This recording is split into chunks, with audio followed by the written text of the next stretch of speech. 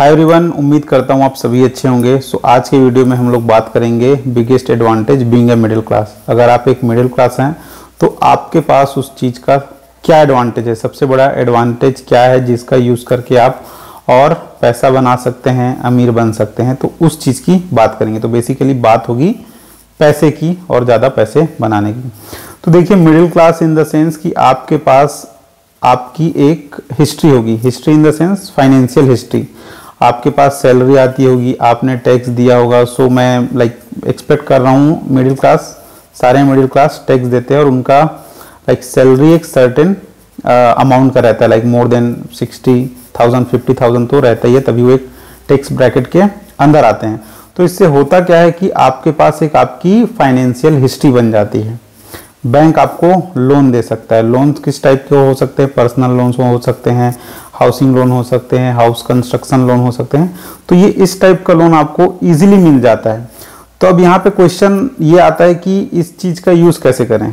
तो जो मैं एडवांटेज की बात कर रहा हूँ, तो यही आपकी सबसे बड़ी एडवांटेज है कि आपके पास आपकी एक फाइनेंशियल हिस्ट्री है जिसको दिखा के आप जाके बैंक से लोन ले सकते हैं, बोरो कर सकते हैं पैसा। तो यही सबसे बड़ा एडवांटेज है एज अ मिडिल क्लास, जो कि एक गरीब आदमी के पास नहीं है। बट वो धीरे धीरे हो जाएगी, बट अभी उनके पास नहीं है। तो यही आपके पास सबसे बड़ा एडवांटेज है। तो आपको इसका यूज़ क्या करना है? तो देखिए, इसको यूज़ करके आपको करना क्या है कि आपको एसेट्स बनाने हैं। Assets in the sense property बनानी है। तो यही सबसे बड़ा एडवांटेज है। देखिए, आपको इजीली लोन मिल जाएगा। बैंक आपको इजीली लोन दे देगी प्रॉपर्टी खरीदने के लिए, जो कि गरीब आदमी को नहीं मिलता, भले वो 50,000 60,000 क्यों ना कमाता हो।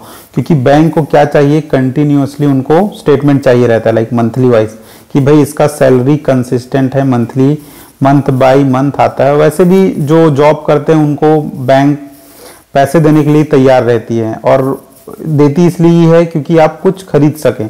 ऐसे आपको कोई और चीज के लिए बैंक लोन नहीं देगी। जैसे आप अगर बोले कि भाई मुझे म्यूचुअल फंड खरीदना है या स्टॉक खरीदना है, तो बैंक उसके लिए लोन नहीं देगी। लेकिन अगर आप पर्सनल लोन लेना चाह रहे हैं या प्रॉपर्टी खरीदना चाह रहे हैं, तो उसके लिए बैंक लोन दे देगी। और यही आपके पास सबसे बड़ा एडवांटेज है। क्यों एडवांटेज है? क्योंकि भाई पैसे की वैल्यू हर रोज कम होती जा रही है।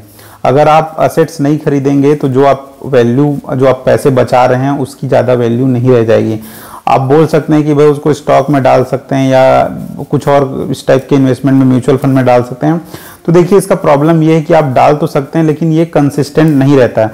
इन द सेंस कि आप कुछ समय बाद उस अमाउंट को ब्रेक कर देते हैं, कुछ गाड़ी ले लेते हैं या कहीं और कुछ इन्वेस्टमेंट में आप लगा सकते हैं, मीन्स और कुछ खर्च कर देते हैं।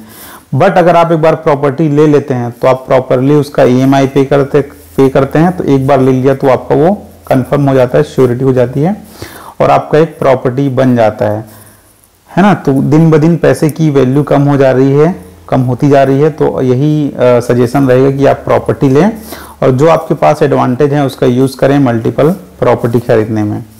उम्मीद करता हूँ ये वीडियो आपको अच्छा लगा होगा। सब्सक्राइब कर दीजिएगा चैनल को, वीडियो को लाइक कर दीजिएगा। Thank you so much. कोई क्वेश्चन हो तो आप पूछ सकते हैं कमेंट सेक्शन में। Thank you.